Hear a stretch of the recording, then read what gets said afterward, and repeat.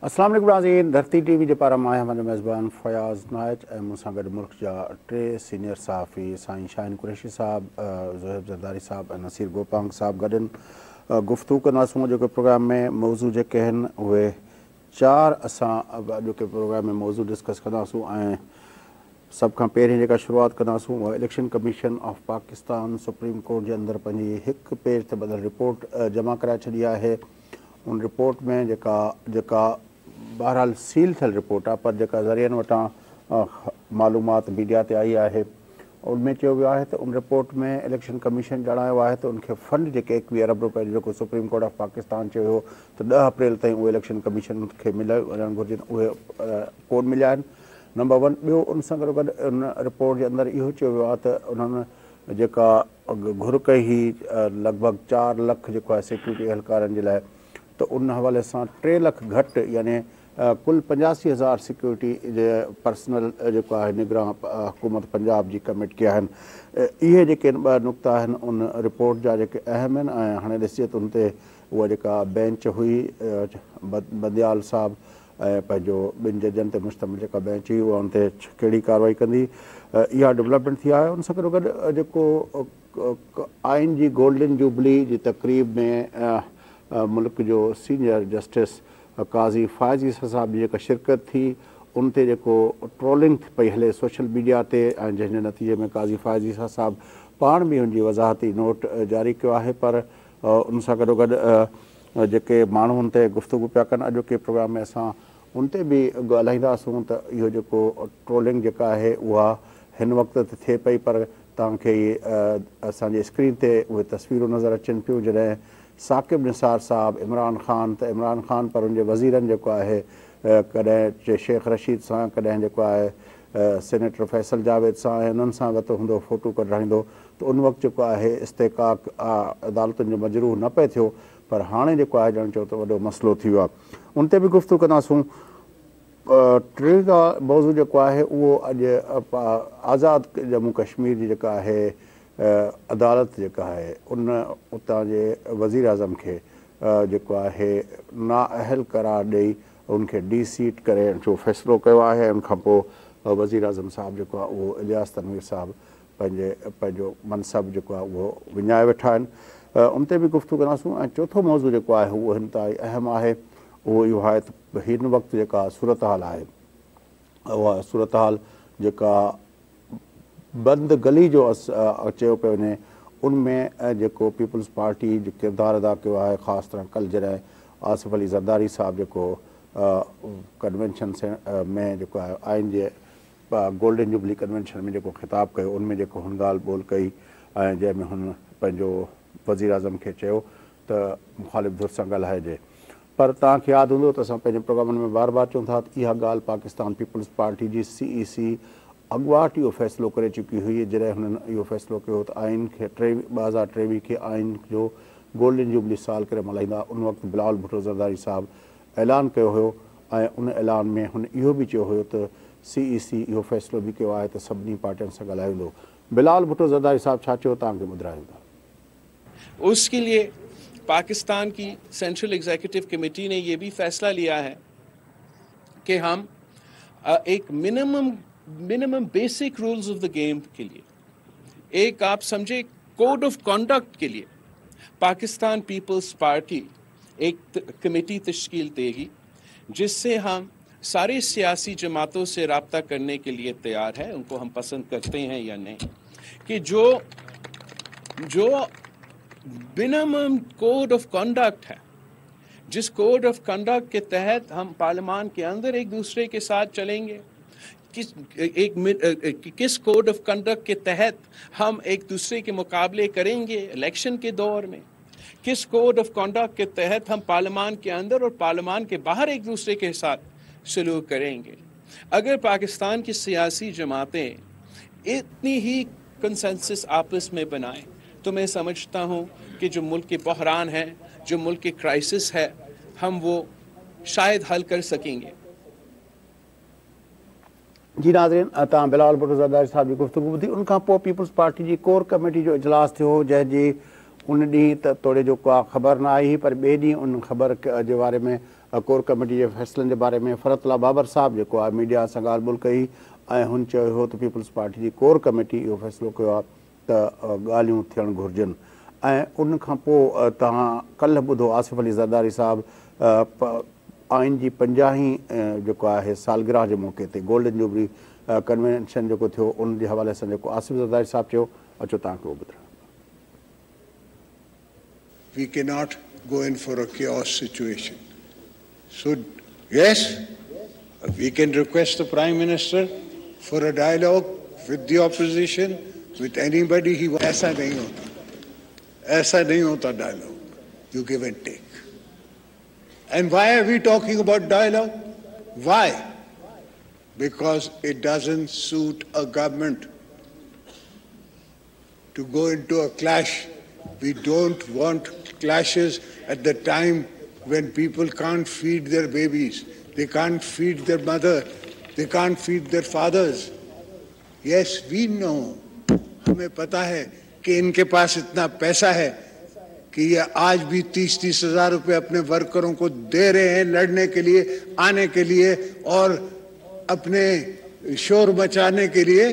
हमको पता है, ये नहीं है कि हमसे छुपी बात। जी नाज़रीन, ॿुधी गुफ़्तगू तव्हां बिलावल साहब जी बि, आसिफ़ ज़रदारी साहब जी बि, ऐं जेका बंद गली में पाकिस्तान जी सियासी मंज़रनामो बीठल हुयो उतां जेको आहे हिकिड़ो रगस कढी पीपल्स पार्टी ॾिनो आहे। इन उहो बि मौज़ू जो गुफ़्तगू हूंदो, पर शुरूआति कंदासूं अॼोकी जेका डेवलपमेंट थी आहे इलेक्शन कमीशन ऑफ पाकिस्तान जी रिपोर्ट जे हवाले सां। कुरैशी साहब, अब बाल फिर उन 3 जजों के पास आ गया है। जी, तो क्या समझ रहे हैं क्या होने वाला है? देखिए, वो 3 जजों के पास जो मर्जी आ जाए, बॉल आ जाए, फुटबॉल आ जाए, वो सुप्रीम कोर्ट में तो अक़लियत में है ना, पूरी उनकी टीम पूरी नहीं है। और फुटबॉल हो या गेंद खेलना हो, पूरी टीम होना जरूरी होती है। तो कहने का मकसद ये है कि सैनिटी प्रिवेल करनी चाहिए। जिस तरह अभी इत्तलात आ रही हैं कि बंदयाल साहब की और काजी फायज ईसा के दरमियान जो है मुमकिन मुलाकात हो रही है और उसमें जो है कुछ चीज़ों को वो सॉर्ट आउट करने पे बंदयाल वाले लोग अब आ गए हैं, जो कि एक सेन तरीका है, क्योंकि सुप्रीम कोर्ट को रिस्ट्रेन करना चाहिए और जो कानून साजी हुई है, जो बिल पास हुआ है कौमी असम्बली में, उसमें किसी किस्म की मुदाखलत नहीं करनी चाहिए और थोड़ा अपने बाहमी जज ब्रदर्स के साथ जो है मुशावरत और जो है ना एंगेज करने की ज़रूरत है।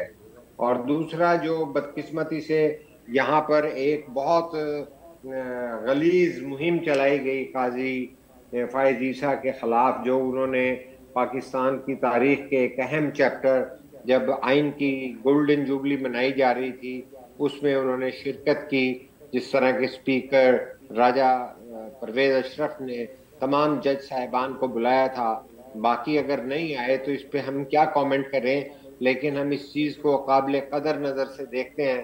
काजी फायज ईसा वहाँ तशरीफ़ लाए और उन्होंने आइन की किताब उठाकर आइन से वाबस्तगी का इजहार किया। लेकिन आज जो पाकिस्तान के मीडिया के अंदर जो गुजर जुमर है, जो बातें कर रहे हैं कि उसके ऑप्टिक्स और पब्लिक अपीयरेंस अच्छी नहीं गई और वो उस कैंपेन का इनडायरेक्टली हिस्सा बन रहे हैं, ये जो है इसकी मजम्मत करनी चाहिए, इसलिए कि पाकिस्तान एक आइन के तहत ही वफाकी पार्लिमानी रियासत के तौर पे चल सकता है, क्योंकि तमाम सूबों ने रजाकाराना तौर पर इसमें शिरकत की थी, जो भी थे, चाहे उसमें खैबर पख्तूनख्वा है, सिंध है। तो और वैसे भी 71 के बाद इस तरह के लोगों की आंखें खुल जानी चाहिए कि पाकिस्तान एक आज़ाद और ख़ुद मुख्तार आइन के ज़रिए ही चलेगा। और ये जो 3 जज का आपने सवाल किया, उनकी कोर्ट में बाल क्या आ गया है, मैं ये कहूँगा कि इन जज साहिबान को सैनिटी का सबूत देना चाहिए। और जिस तरह एक बिल पास हो गया है जो 9 दिन के बाद जो है कानून का हिस्सा बन जाएगा, उसके साथ इन्हें महाज आराई नहीं करनी चाहिए। वो कोर्ट में चैलेंज भी हो गया ना सर। ज़ोएब ज़रदारी साहब, तव्हां बि पंहिंजो कोर्ट खे कवर कंदा रहिया आहियो ऐं तव्हांजे ख़्याल में हीउ जेको आहे इलेक्शन कमीशन वारी रिपोर्ट खां पोइ छा ॾिसो था?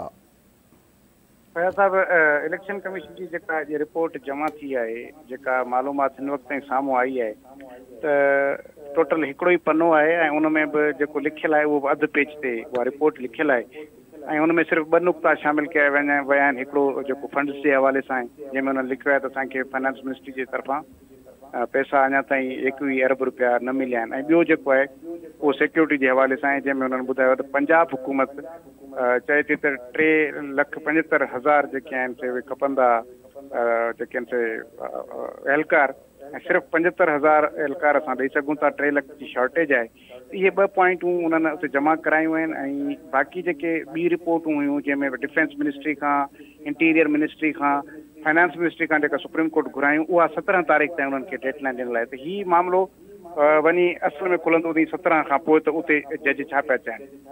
पर जेकॾहिं पाण हाणे ॾिसूं था सॼो मामिलो जॾहिं हेॾो महाज़ाराई वारो टकराव वारो हुयो, त हिकु भेरो ॿीहर तव्हांजी ॻाल्हि सां मां मुतफ़िक़ आहियां त चीफ जस्टिस वटि इहो बाल वियो आहे हुनजी कोर्ट में, त हू हाणे हिन मामले खे इन रिपोर्टुनि खे बुनियादु बणाए इन ते जेकॾहिं फुल कोर्ट ठाहे ऐं पोइ इन सॼे मामले खे उन में खणी वञे, त मुंहिंजे ख़्याल में इहो जेको बॉइलिंग पॉइंट आहे, टेम्परेचर आहे, उहो बिल्कुलु हेठि अची वेंदो ऐं टकराव वारी सूरत हाल ऑटोमेटिक ख़तमु थी वेंदी।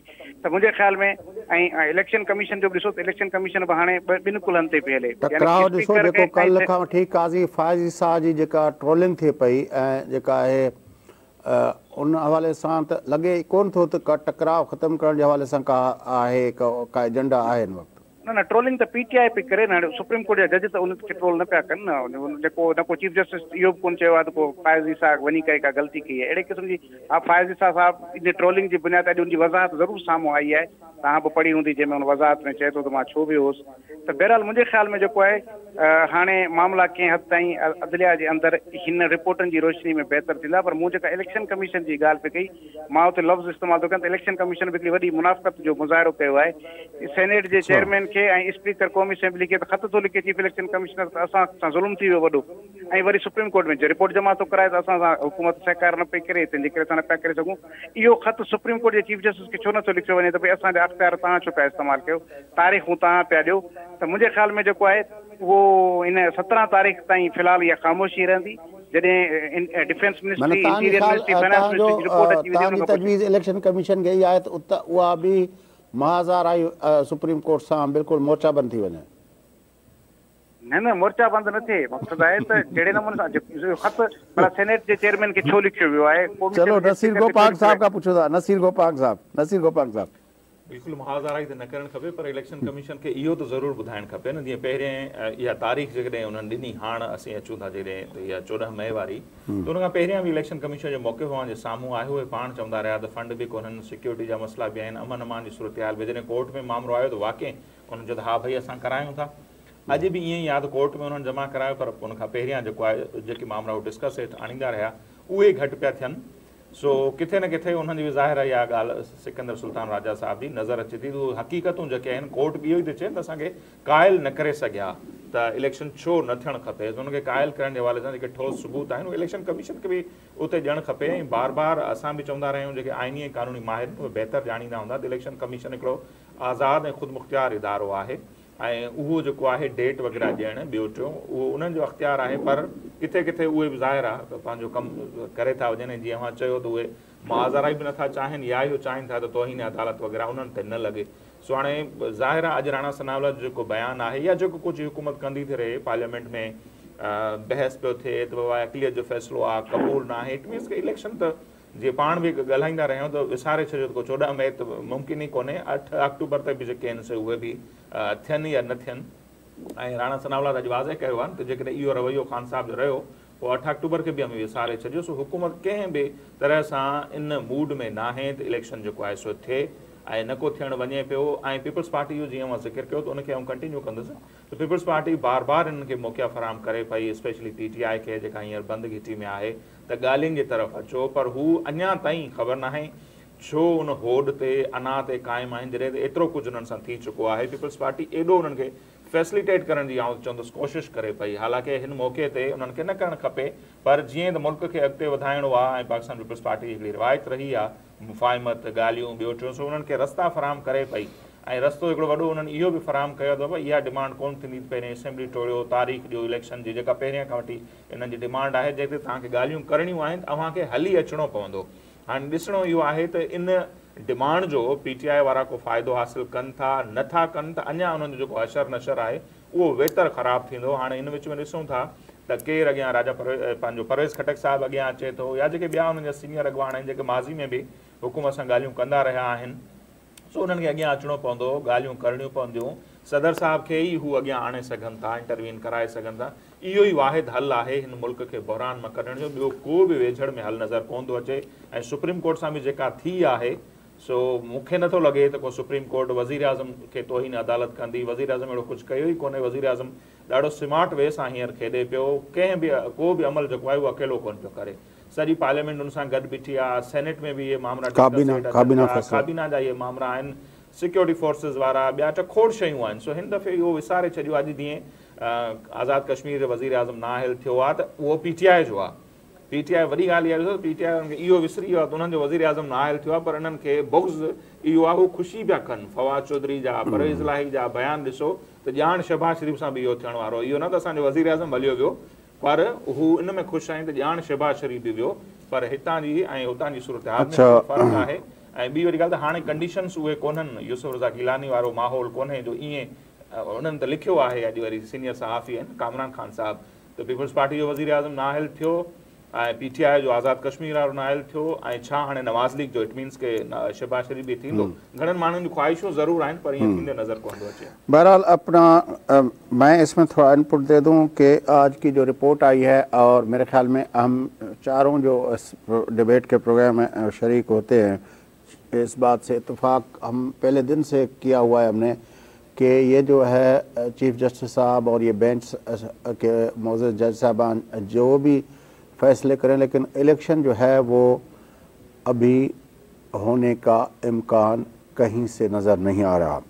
इस बात पे तो हमारी इत्तेफाक है। अब उसके लिए चीफ जस्टिस साहब कितना आगे जाते हैं। शाहीन कुरैशी साहब ने लास्ट टाइम जब हम प्रोग्राम कर रहे थे, जब फैसला आने के एक दिन पहले, तो याद होगा आपको कि मैंने कुरैशी साहब से और नसीर गोपांग साहब दोनों से पूछा था जाते जाते कि क्या होगा।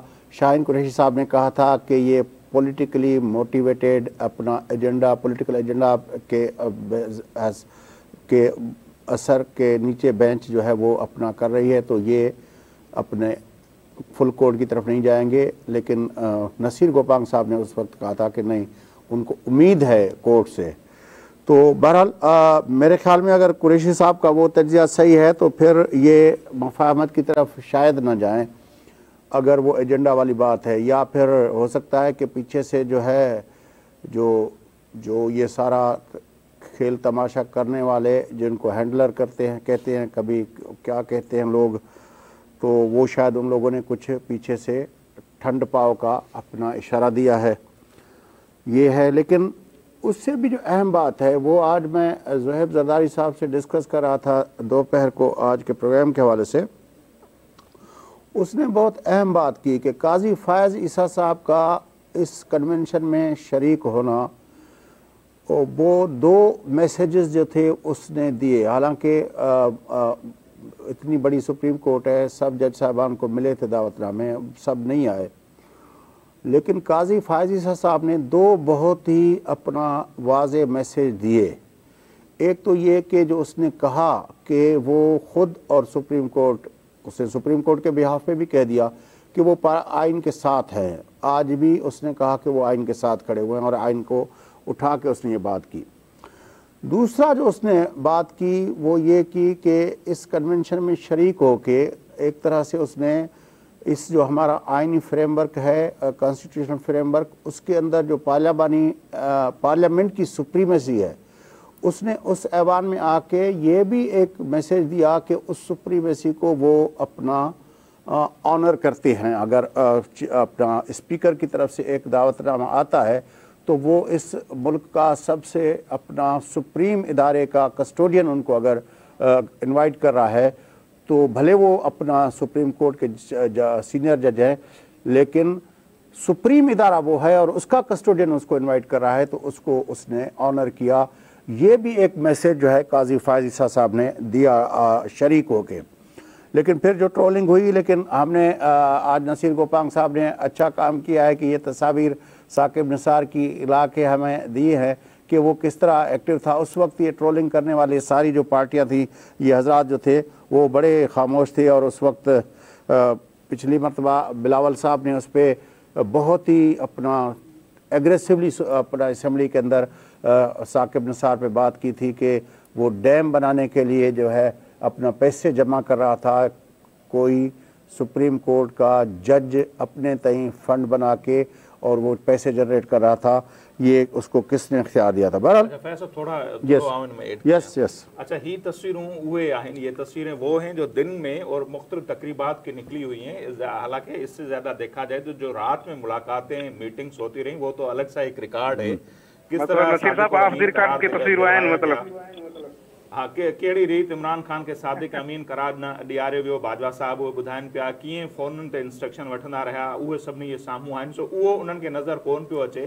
ऐं इलेक्शन मथां हुजे ऐं शेख रशीद जे इलाइक़े में वञी मुख़्तलिफ़ कुरैशी साहब एक मुख्तसर सा कमेंट इलियास तनवीर की अपना माजूली के हवाले से, क्योंकि हम आज चाहते हैं कि बाकी प्रोग्राम कैसा ये जो पीपल्स पार्टी किरदार अदा कर रही है उस पर बात करें। शाहीन कुरैशी साहब आवाज आ रही है? जी आ रही है जी सर। इलियास तनवीर पे थोड़ा मुख्तसर तबसरा करें, फिर हम पीपल्स पार्टी के उस रोल पे चलते हैं जो हमने आज 2 क्लिप भी देखा है। मुझे सिर्फ वो उनका समझ में आया, सरदार तनवीर के बारे में आपने कहा है तो आवाज का मसला है, लेकिन ये कि मैं ये समझता हूँ कि जो वीडियोस कहते हैं कि अदालत में चलाई गई हैं और वो मैंने किसी चैनल पे वही वीडियो दावा किया गया है, उनमें तो मुझे कोई ऐसी तौहीन अदालत नहीं नज़र आती। अलबत्ता जब आप ये देखते हैं कि वो पीटीआई के जो हैं साबिक वज़ीर जो डेरा इस्माइल खान के हैं, जब वो उनकी हमायत में बयान दिया उनकी गिरफ्तारी के ख़िलाफ़, उसमें तो उन्होंने बगावत की बात की है, यानी एक बागियाना बयान जारी किया है और नौकरी से निकाल देने के जज की बात की है। लेकिन उसमें लग रहा है कि कोई हेस्ट का फैसला है और हो सकता है कि कोई बैलेंसिंग फैक्टर को भी लोग कह रहे हैं कि ये कोई बैलेंसिंग फैक्टर के तौर पे किया गया है कि क्या किसी और को जो है वो तो नहीं उन्होंने स्वीकार करना। ये भी कहा जा रहा है कि इस जगह पर चूंकि पीटीआई में कश्मीर में तकसीम है तो कोई शायद पीपल्स पार्टी की तरफ भी जो है वहाँ के मेंबर अरकान का जो है झुकाव है, क्योंकि पीटीआई के बाद सबसे ज्यादा जो है पीपल्स पार्टी है। तो मिक्स बात है, लेकिन जहाँ तक कानूनी बात है मैं ये समझता हूँ कि ये कुछ हेस्ट के अंदर कोई नोटिस देते, उनका मौक़िफ़ सुनते और मैं उसको काबिल कदर समझता, क्योंकि इस तरह तो अभी पीपल्स पार्टी पे चलते हैं क्योंकि टाइम बहुत मुख्तसर है। पीपल्स पार्टी का इस वक्त जो रोल है पाकिस्तान की पार्लियामानी डेमोक्रेसी को स्ट्रेंथन करने के हवाले से,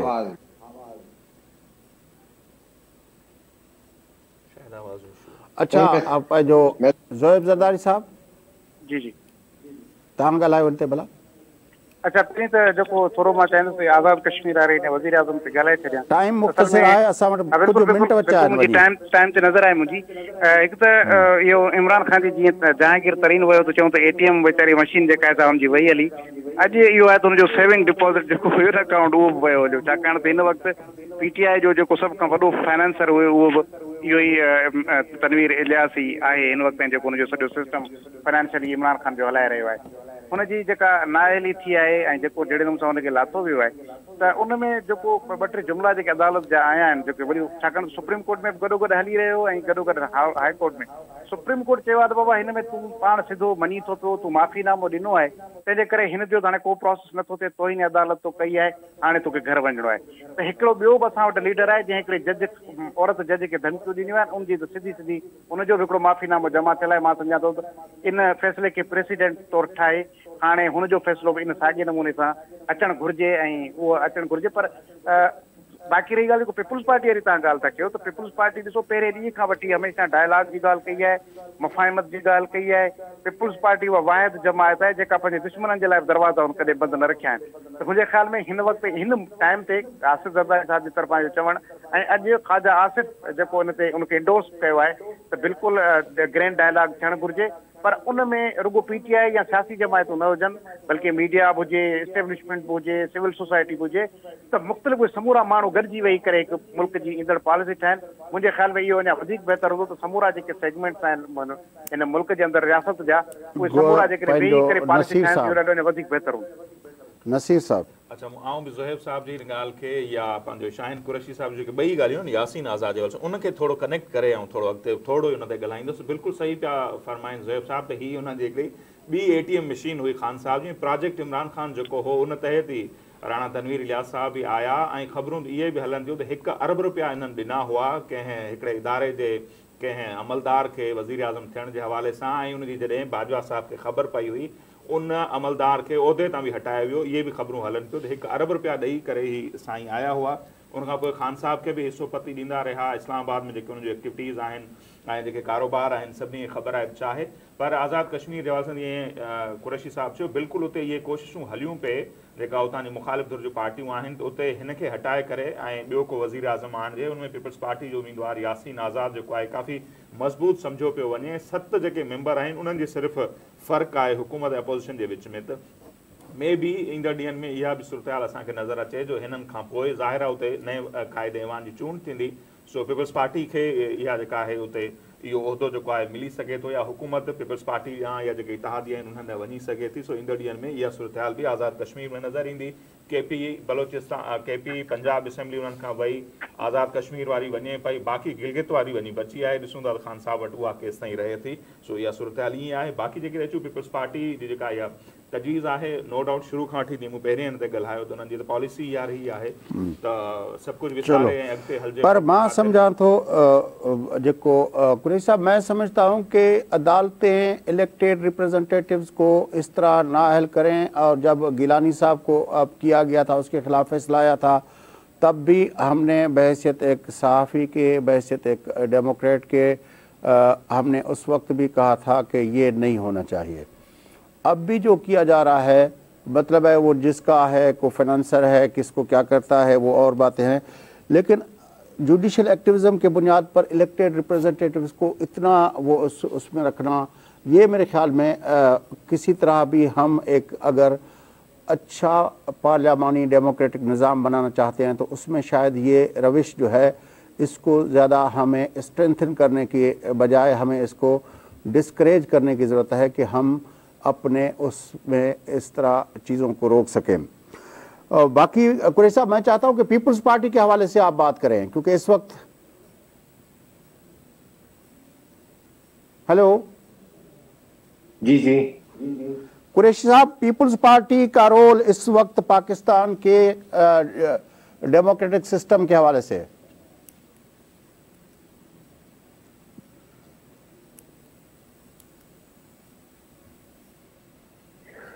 हेलो जी सर जी बताइए, फरमाइए, मुझे तो कोई आवाज नहीं। पीपल्स पार्टी के बारे में बात करेंगे थोड़ी। जी फरमाइए, सवाल क्या है? सवाल यह है कि इस वक्त पीपल्स पार्टी का रोल क्या है पार्लियामानी डेमोक्रेसी के हवाले से। जो तजवीज दी है वजीर आजम साहब को कि बातचीत होनी चाहिए, पार्लियामानी डेमोक्रेसी में वजीर आजम से बातचीत करनी चाहिए। पीपल्स पार्टी का जो किरदार है इस वक्त वो सबसे ज्यादा जमहूरी है और वो तमाम जो जमहूरी कुव्वतें मुमकिना या क्लोजेस्ट हैं उनको साथ लेकर चल रही हैं। इमरान खान के फाशिज्म का और सेलेक्टेड सेटअप का मुकाबला करने में उन्हीं का सियासी नुक्ता नज़र कामयाब हुआ कि अदम एतमाद से हटाएंगे, धरना सियासत नहीं करेंगे आईनी स्ट्रगल के नतीजे में। तो आज 1 साल हो गया है कि उसी आईनी इक़दाम के ज़रिए पाकिस्तान की तारीख में पहली दफ़ा अदम एतमाद के ज़रिए एक फाशिस्ट हुक्मरान को हटाया गया है। और वो एक इतनी मुश्किल सूरत हाल है कि जिसके अंदर बिलावल बार बार ये कह रहे हैं कि अभी भी जो सिलेक्टेड कुव्वतों के जो हैं ताने बाने वो हिल रहे हैं, और अगर कोई न्यूट्रल हो गया है तो अदालती साइड पे वो इशारा करते हैं कि वहां पर अभी न्यूट्रल पॉलिसी नहीं है। तो कहने का मकसद ये है कि आज भी पीपल्स पार्टी आइन की बालादस्ती, जमहूरियत और 22 करोड़ अवाम की जिंदगी के बारे में बात कर रही है। गुज़िश्ता रोज भी जनाब आसिफ अली जरदारी साहब ने ये कहा कि हम मुज़ाकरात की बात इसलिए कर रहे हैं कि हम अपने बच्चों को खाना नहीं हमारे यहाँ अवाम जो है खिला सकते, और हम मुतहम्मल नहीं हो सकते कि हम जो है यहाँ पे अफरा तफरी का माहौल रखें।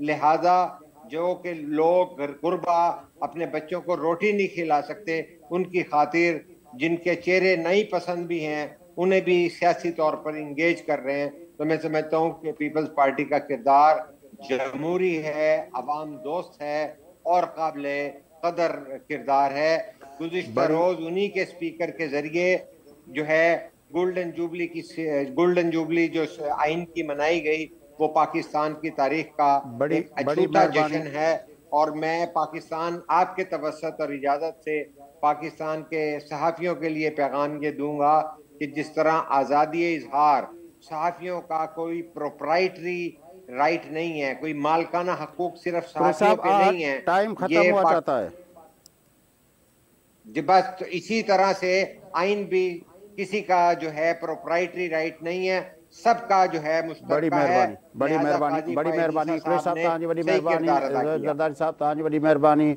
नसीर गोपांग साहब तव्हांजी वॾी मेहरबानी। नाज़रीन इन सां गॾु प्रोग्राम जो वक़्तु पूरो थिए थो। पंहिंजे मेज़बान फयाज़ नाच असांजे पैनलिस्ट खे ॾींदो इजाज़त। सदाईं गॾु।